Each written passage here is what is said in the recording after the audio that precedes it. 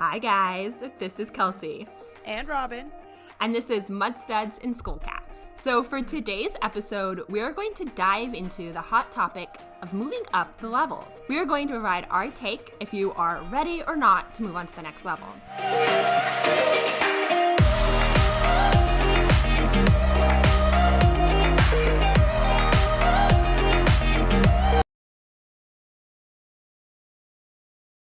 How you doing, Robin? How was your week? My week was good. I got a pony, guys. I got a miniature pony. His name is Fletch. He's 36 inches of absolutely adorable floof. He's got massive mane, massive forelock. He has a lot of hay in it, honestly, but he's so stinking cute. I adopted him from a local rescue. You're going to post pictures of him for the people to see, right? Oh, yes, 100%. There's going to be so many pictures. I posted a video of him on my YouTube channel. I am in love. I think he's the most adorable thing in the world. And it's crazy because he's literally the same size as my dogs. I was going to ask, how is he getting along with your mare? So they get on pretty well right now. But is he like opening up at all? Is he becoming more like friendly? A little bit. I've only had him for about a week now. He's slowly opening up a little bit to her, but he's still really closed off to me. He doesn't particularly like to be brushed. He doesn't like to be petted or handled. And so that's something that's going to take probably a month or so to really get him to let his walls down and let me in. Because it's always interesting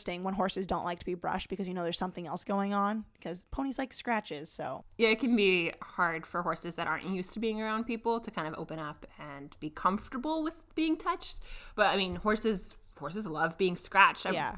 When my foal was born, like that is how we connected with him, because his mom was still wild and he loved the scratches.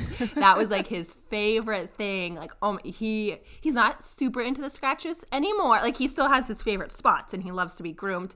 But when he was first born, like, the scratches were the best thing in the world, and it's what made him see, like, humans are cool, Mom. I don't know why you don't want to hang out with them. I don't know if it's TMI, but for some reason, the beetles in my pasture, they eat my horse's poop a lot, but they don't like the miniature's poop. They only like my thoroughbred's poop. That actually is really weird. I wonder if by the time this episode comes out, you'll have had him for a couple extra weeks, but like right now you've only had him for a week?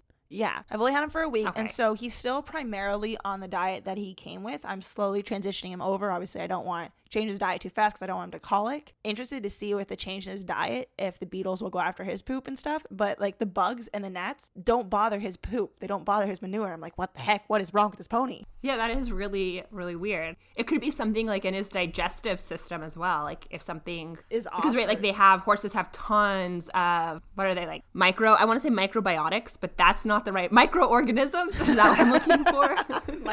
Microbials. Are you thinking like probiotics and microorganisms together? Exactly, as something micro. They've got micro thingies in their belly that is what digests the food. And those change, right, with the seasons, and they can change with the diet. That's why you're not supposed to, like, change your horse's diet quickly, because they need to, like, reestablish. I think, like, microflora is a word you can use. I don't know. I'm really trying.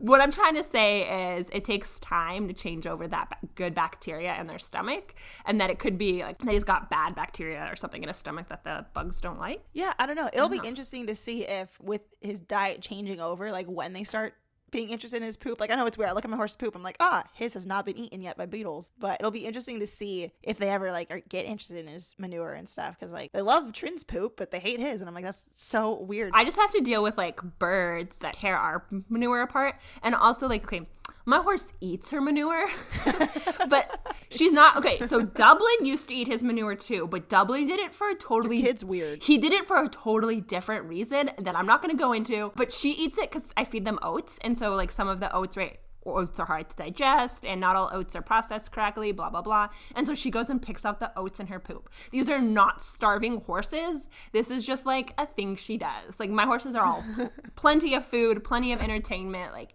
But she picks the oats out of her poop, and I've seen her do it, so I know it's her. So, like, my foal, she was teaching him how to do it, too.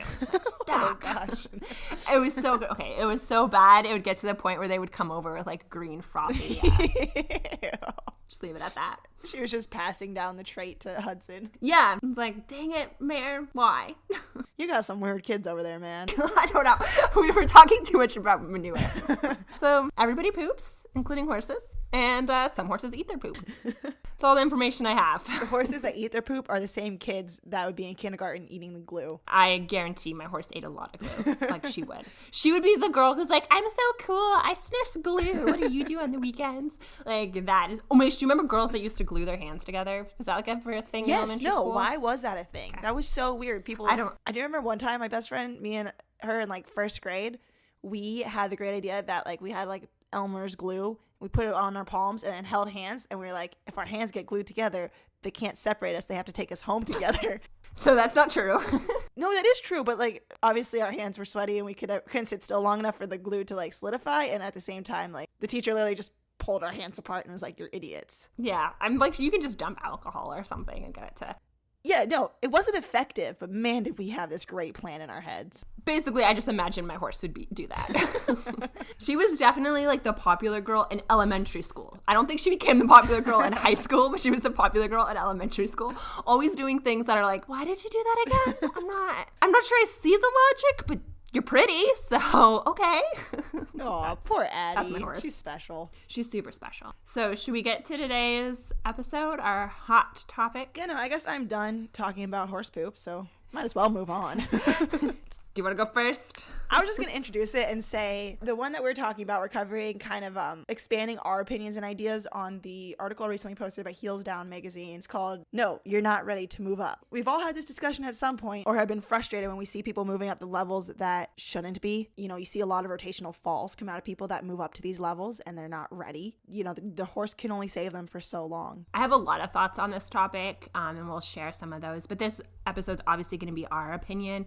This isn't like hard fact. If you do these things, you'll be ready for the next level. That's not the case at all, but these are things to like consider. It is an important topic because if you do move up too quickly, there's gaps in your training and your experience that are missing, and it's going to be setting you and your horse up for disaster. It really is. One of the things that like I believe in is that there maybe should be an age restriction on certain levels. And I know that is like probably gasp worthy by most, but I honestly think a lot of being ready for the next level is experience. And if you don't spend enough time at the level before, you just can't get enough experience to be ready for the next level if you're going too quickly. Yeah, so I get your point with that, and I agree with some age restrictions and stuff. And I think the frustrating part for people would be not when it restricts those that shouldn't move up, it's when it restricts those that are ready to move up. And it's not necessarily age restrictions are meant for... It's just frustrating with rules like that because the rules like that are meant to encompass the average person and not the exception, if that makes sense. Yeah, that absolutely makes sense. And there's always going to be people that, you know, don't fit into that or disagree with that. But I do think to improve safety overall, to improve awareness overall, that age restrictions might be something that is feasible. This article focuses a lot on like what the coach's responsibility is, and this is something that I've definitely like dealt with firsthand. It is the coach's responsibility. It's also the rider's responsibility, and I don't think we should be putting it 100% on the coach. No, the coach is all. Definitely there to be a sounding board and to be advice, but at the end of the day, like the coach doesn't send in your registration forms. The kids do or the parents do, and that's who really needs to be held responsible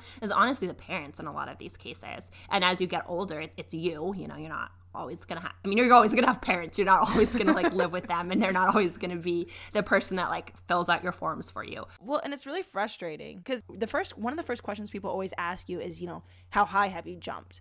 And I hate that question. Yes. Why is the height that I've jumped, how does that determine how educated I am? How does that determine my qualifications at all? Yes, to a certain degree it might, but how does it matter how high I've jumped? It's such a frustrating question because it really sets up this mentality of only the height matters, only the level that you're going matters, when that's not true. It matters how you're doing. Yeah, absolutely agreed. That was like, I remember I think I was probably middle school, high school, by the point I was so frustrated with that question, because I knew I had a green thoroughbred at that age, and I knew that we were developing as riders. I knew that us spending more time jumping 2.6 actually mattered than the one time I made a huge 4-foot like oxer all by myself when no one was watching and jumped that bareback. That didn't matter. Like, that had no relevance in competition. It had no relevance in my learning. It meant nothing. It was me trying to like prove to people like, look, I can do this. But what mattered was the fact that I spent years competing at 2.6. That's what mattered. That foundation is what mattered. And this is something that I think performance riders do actually a really good job of, to the point where they actually abuse this in the other direction, where they ride at a level lower than they should for a lot longer. And I don't know why we don't do this in eventing or dressage. Why don't people want to be the best novice rider in the world? What is wrong with that? What is wrong with getting first place after first place after first place in novice? What is wrong with getting a really, really good novice dressage score? What's wrong with that? Why wouldn't you want to have the best novice horse in the country? Why isn't that your goal? And that there really frustrates me, that people don't want to spend more time really devoting themselves to those lower levels. No one has that goal of being the best novice level rider, even, the best training level rider. No one has that goal. It's always, you go to clinics or a lesson, they ask you to introduce yourself, and you always, hi, this is who I am, this is my horse, and we're working on moving up to whatever level you're working on moving up to. You never say the level that you're working on. You always introduce yourself saying that you're trying to move up a level. And just that mentality is constantly, you're never trying to get better at the level that you're currently at and really becoming fluent at it. And that other athletes, how often they school things and they train things, is that they do it so often that they can't get it wrong. And yet with us in the horse world, is we do it that 60% of the time we nail it, don't crash through the fence. The rest of the 40% of the time, don't really know what happens. I have so many thoughts in my head right now. But this is a huge complaint that I have noticed, in that other sports, baseball, football, basketball, those coaches and those competitors and athletes are treated very differently than coaches are treated in the horse world. And I find this extremely frustrating, that a baseball coach or a football coach that yells at you or makes you run laps or won't let you, play in the game because you're not ready, they're championed as good coaches. They're patted on the back and said, that's tough love, way to go. And yet coaches in the horse world that take a similar approach, and not abuse. I'm not saying scream at your students until they cry, but I'm saying riding instructors that take a harder line on making their kids really work at those lower levels are fired. And it's the same reason why some of coaches who are stricter are really push, and I want to use the word really push their kids to excel, they're not successful, and why you find coaches who are sort of inflate the kids' egos. And that is actually something that's talked about in this that's talked about in this article about trainers being cheerleaders rather than coaches. And I just do not understand why horse instructors are treated so differently than any other little league coach. It just blows my mind and frustrates me so much. I agree 100%, and I get very frustrated because how many times have we heard the argument that horse riding isn't a sport? And yet we always argue back that yes, it is. Yes, it is. We are athletes just as much as the next person. We are athletes. Our horses are athletes. And yet we refuse to adopt the athlete mentality. Literally, you can list off so many other sports in which the kids that are excelling, the kids that are really making it through to the top, you look at these top level coaches with colleges or, national teams, is they are strict. They make their people drill certain things over and over again. They go back through, they watch videos, they critique it. They're constantly trying to get better. Whereas I feel so many times you see the trainer at the horse show that just runs around after the student, clapping at them, telling them they're doing a great job rather than correcting them. They just don't do it. And it's so frustrating, because you sit there, and I know we had instructors growing up that were strict, and I loved that. That's kind of the path that really helped me thrive and really helped me, start achieving my riding goals. And so it's so infuriating when you look at all these other sports out there, and yet we refuse to treat ourselves athletes as actual athletes. I totally agree. And I find it really frustrating that we have this different mentality that, we're horse riding instructors are cheerleaders. One of the things I did with my students, and still do with my students, is at the end of the ride, we stop and we talk about what you did really well. We spend, we try to find 2 or 3 things that you did this perfectly today, or I really saw this improve, or, we just highlight some things they really did good at.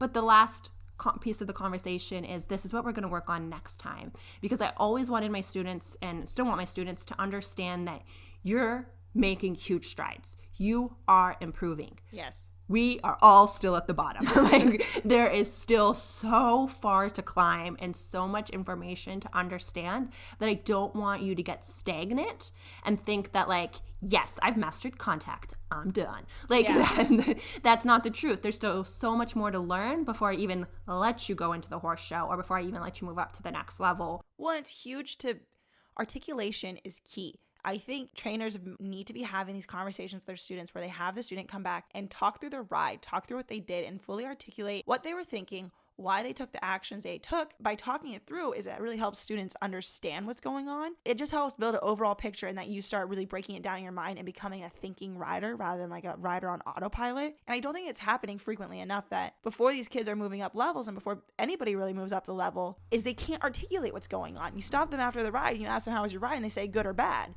But they can't articulate why it was good or bad. They don't understand what happened, really. They can't, go back through their ride and break it down and say, this is the moment when something went wrong. This is what I should have done. This is what I did. They don't understand. And that's a huge issue. I have a 6-item checklist that I think people should go through before they're considering moving up to the next level, or when they're considering to move up to the next level. Yeah. And that is actually item 2 on my list, is that, yes, you need to be able to explain it. Well, because Pony Club, when you were going through the ratings and stuff, you got to a certain rating. And I think they honestly should have introduced it sooner.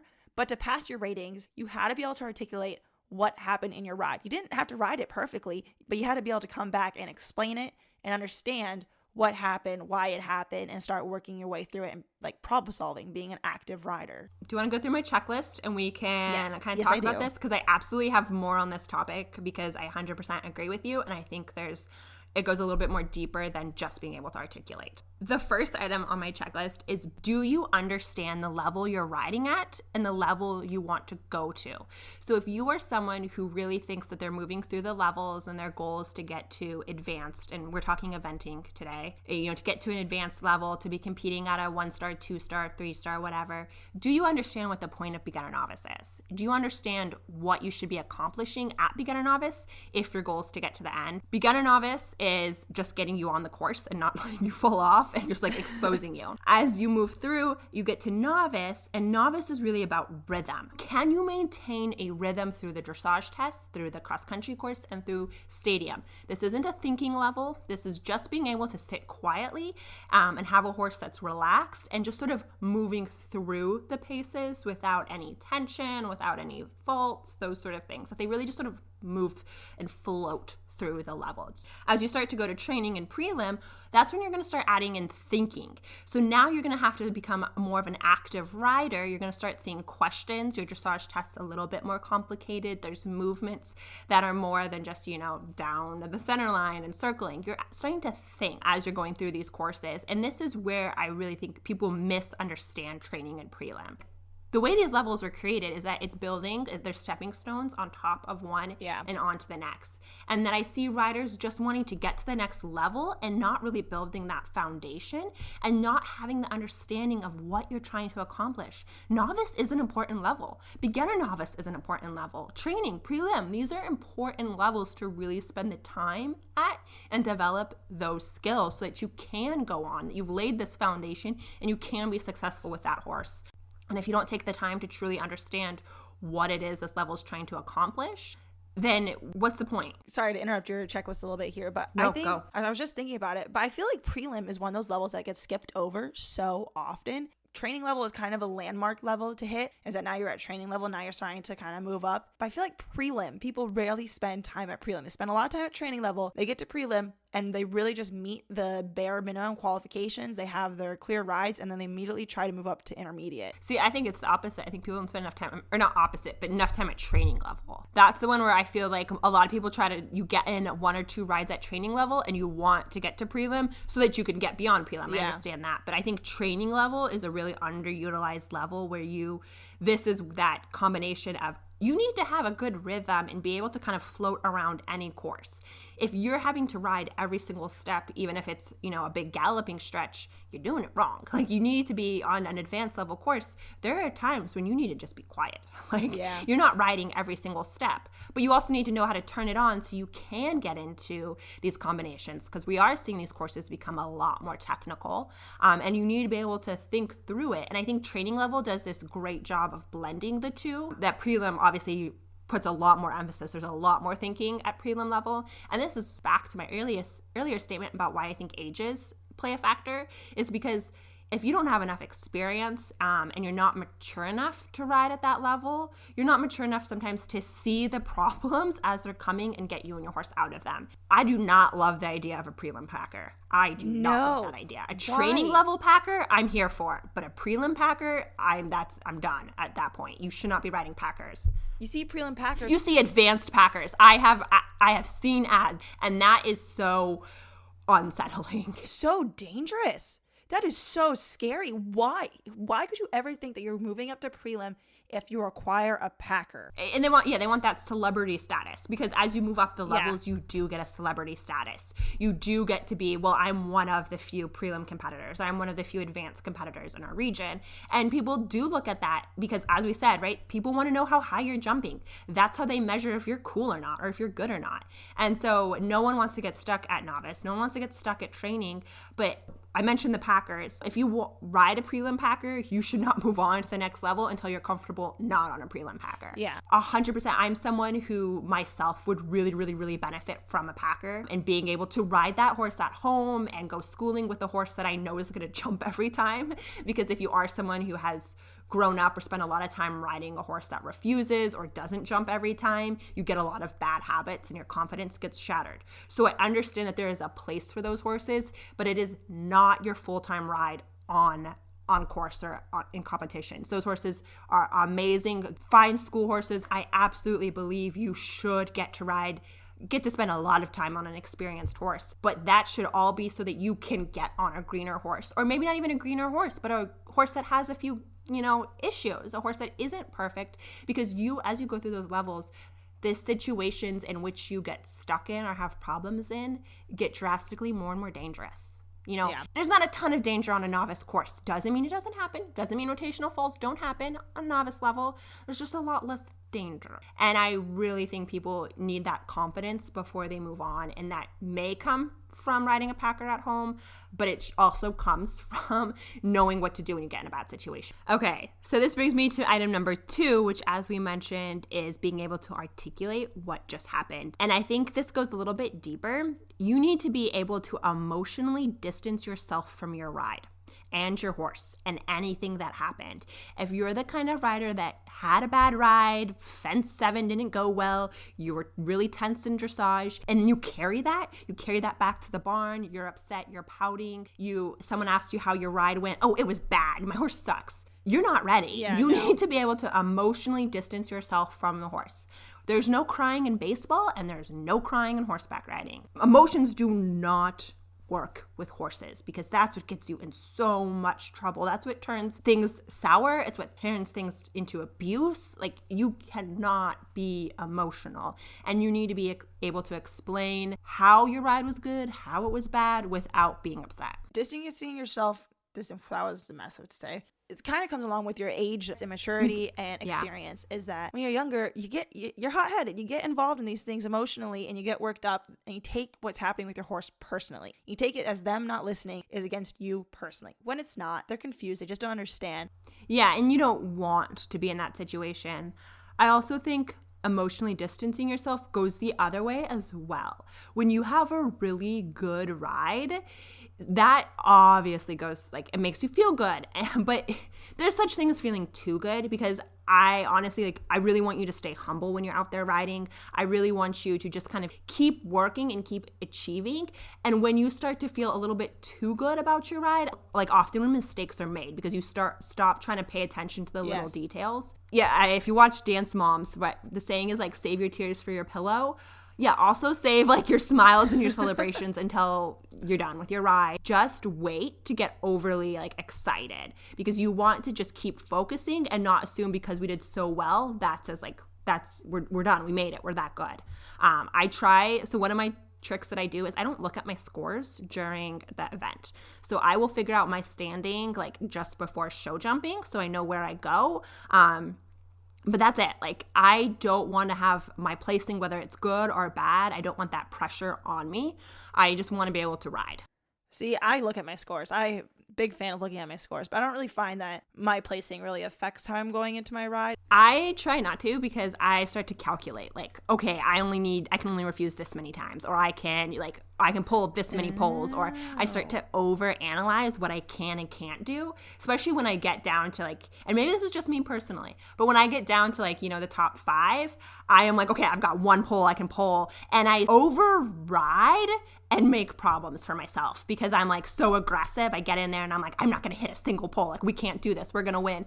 And I start to make these mistakes because I'm focusing not on the ride as a whole, but on like each individual jumps, and start to like micromanage because I'm so afraid we're going to hit a pole. Yes, we all micromanage. And then what happens? You hit a pole. And it's like when I'm out in 12th place, it's like, whatever. We hit a pole. No one cares. But it really, when I'm like up in the top, and it's always like I'm always in 3rd, and it's always like so close, and then I start to micromanage. We miss our distance. We hit a pole. I have a refusal, and it's like, like I did that to myself.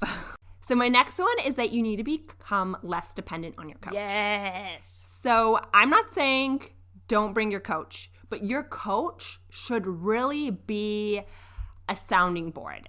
You should know how to go into that arena and warm up your horse. You should know what your horse needs at that point. Like, this goes back to item number 2, where you can articulate and understand what your horse does and explain it. Now you can go about addressing it and fixing it. And your coach should be there to give you confidence, to tell you you're going to do a great job, like be your cheerleader. But they should be sort of that third-party viewer, and they shouldn't be in there riding your horse for you. And I don't mean like literally riding your horse, but we all know the coach that stands way too close or is in the arena and telling the rider how to ride every single step. And if you want to move up the levels, you need to be able to do that by yourself. Your coach is not going to be there when you're like halfway down the cross-country course. You're not going to be able to hear her when you get too deep in the combination or your horse is sucking back at the water. You ain't going to be able to hear her. So you need to know how to handle it yourself. Well, and I can think of so many times growing up when you saw the same kids and they had their coaches with them at every single show, every step of the way. They had them in dressage warm-up. They had them walk the cross-country course with them. They had them at cross-country warm-up. They had them walk the stadium course with them. And then they had them in stadium warm-up. And they were there with them every single step of the way at every single show. And utilize them. Use that resource that you have, but don't need them every single step of the way. Maybe go to a show and only have them warm you up for dressage that time and go through cross-country and show jumping on your own. Because if you're going to move up, you're going to have to think through these issues on your own. And I know we've both experienced this where we've had coaches who the way they coached was to make you more dependent on them. And it was very frustrating because they got upset when you didn't become dependent. Right. So frustrating. And that shouldn't be the goal. Like, I understand that a coach doesn't make money unless they have students. Going to shows is absolutely one of the ways they make money. And I am all for having your coach at a show. But I think your reliance on them really needs to be minimal. I absolutely think they should come over to any of your warm-ups and say, wow, looks good. You've got him on your leg. Maybe do a few more circles. Give you like a little bit of advice. But like, they shouldn't be there coaching you through your ride. It's not a lesson. You're not going to learn anything right now. Like, everyone knows, right? You don't change things on the day of the show. You just ride the horse that you have. And I think so many times we see the rider comes in, they're nervous, they're looking to their coach to calm them down, and their coach sort of becomes the rider at that point and starts thinking for the rider. How many times do you see these, you're at a show and you see the rider come in and then you see the coach immediately follow them and then they sit in their one corner in the arena and monopolize that area and they're just having a lesson before they ever go into to their test or their course before they ever do any of that. And then we've also had coaches and instructors growing up that I understand they need students, like you said, to make money and stuff, but they get very frustrated sometimes because we never really got dependent on coaches or instructors, as we always went to a variety, and they would get very frustrated with you when they were not the sole instructor. They would get very frustrated when you didn't pay for them to do the course walk with you because you're like, I've got this on my own. I'm going to handle this on my own. And they would get very frustrated and annoyed. That was difficult to deal with growing up because you don't necessarily always have the money to pay for that. Yeah, it's expensive. You don't need to be dependent on them. It's absolutely expensive. And we found some really good coaches along the way. Like, we did have main coaches and trainers that we worked with. We did, And then yes. we definitely were riders that tried to get input from other sources. I think the last trainer that we rode with, she did a really good job of understanding us. And like, she was always at the shows if we needed to ask her a question, or like, because she was there with the rest of her students. But she let us be really independent, and I always really appreciated that, because it meant that we could learn sort of so much more on our own. So we didn't need her to constantly hover. We really wanted to develop as, if we're going to be coaches, if we're going to be professional riders, we need to be able to do this on our own. She was usually in the warm-up arena with us, because she was usually riding at like one of the levels we were riding at. Yeah, or she had another student that was at that level, and so she was coaching them, and then she would see us going, and she would always like reach out, and if she saw that something was going a little rough or something, she just, give us the very quickly of try softening your inside hand, or like try doing an extra circle here or there. And then she'd go back to whoever she was working with. Or if she saw us doing really well, she'd be like, he looks great, keep it going. And she never took it personally. She knew that like us not paying for her to be there at like the show, first off, it like opened up her ability. She didn't have to be there for us. She could be there for other students. They had their horses in training with her, and then they'd get to the show and it'd be their first show, and they were, going at lower levels, and it gave her more freedom to help those riders and not have to babysit us. Yeah, she was very respectful of us, actually. I think that's like probably the best word to describe it, is that she was very respectful of us. She treated what we brought to the table with respect, and, she understood the decisions that we made and didn't really get flustered or upset when we would take a lesson with somebody else every now and then. And she was always just there to help us ride and improve and get to our goals. I think she always asked us too, what level are you competing at? There was never pressure from her for us to move up, because I think we were very realistic with where we were at. So this is not on my list, but I think this is important, is that we understood what was our horse's problem and what was our problem. And by that, I mean, we understood it was all our problem.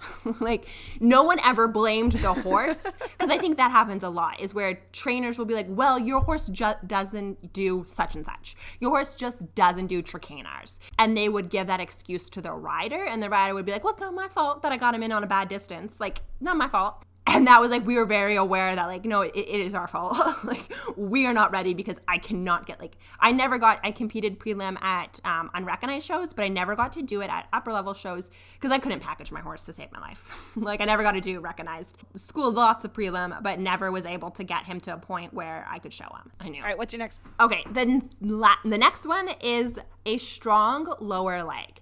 So I am a huge believer that your confidence is only as strong as your lower leg, because if you can stay out of the saddle, if you can stay in the right position, that's half the ride. Like, staying off the horse's back and out of the way is half of the ability to get through a problem. So I am huge onto strong lower leg. And as you go up in jumping height and up in levels, that leg has to be re-strengthened every single time, because as the jumps get bigger, it wants to move more. But there's the pictures I'm talking of. Oh yes, we thought of it as soon as you said it. Right, what an upper level rider looks like. The second you see that picture, and they can be going over a 2-foot fence, but that lower leg. That lower leg is at the girth. It hasn't moved. They are not laying down on the neck. You can tell the difference between the quality of rider from a photo from their lower leg. You also immediately, as soon as you hear strong lower leg, you immediately think of all those pictures on magazines or of all those random riders that you see at the upper levels, and their leg is just swinging back and forth like it's on a pendulum. And that's a leg that is pinching at the knee, and it's not supporting the rider. So what happens is when that horse gets in a bad spot, that rider gets pitched off over the neck. And the last thing on my checklist, and this is last for a reason, sometimes it really depends what's going on, but are you going clear? Yeah. That's the last thing on my list. Are you actually going clear at the level?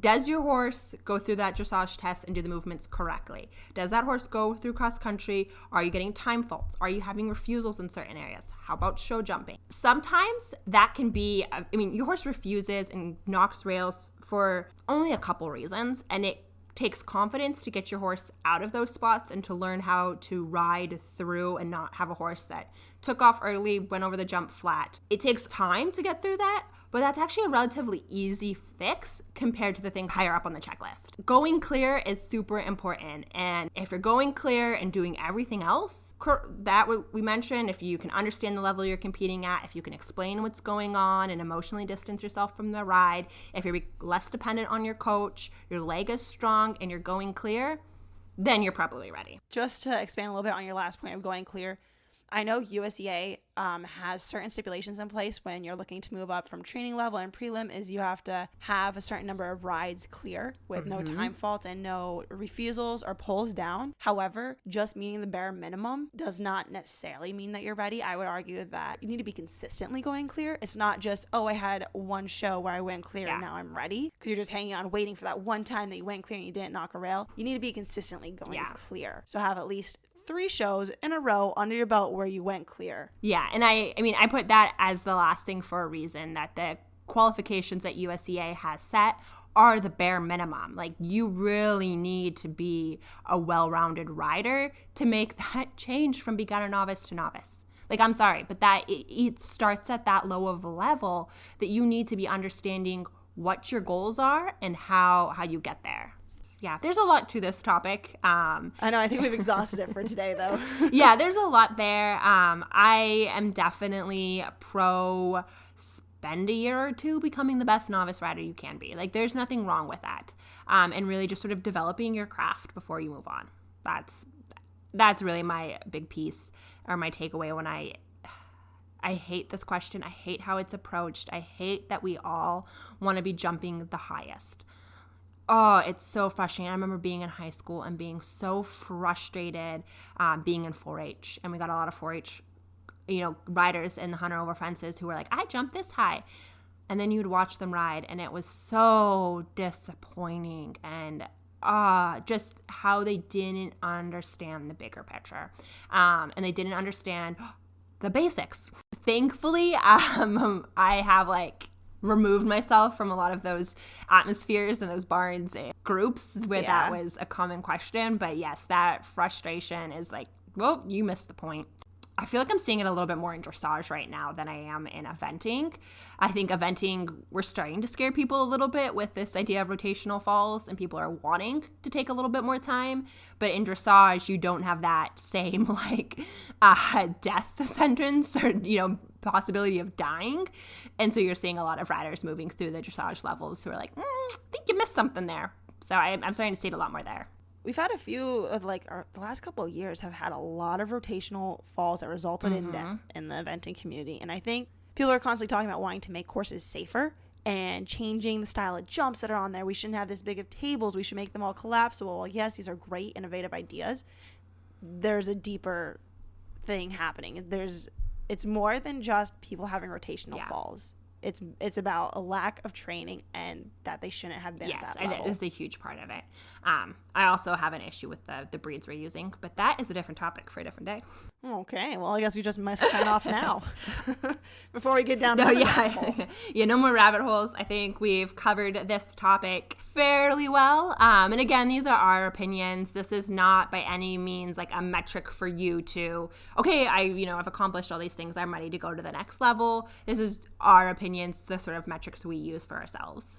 But thank you guys for joining us today. It was a pleasure to rant to you. I hope you have a good rest of your day. And remember to stay safe, stay classy. Stay safe. No. Stay safe, stay classy, and stay in the saddle. What she said. Bye. All right, bye, guys.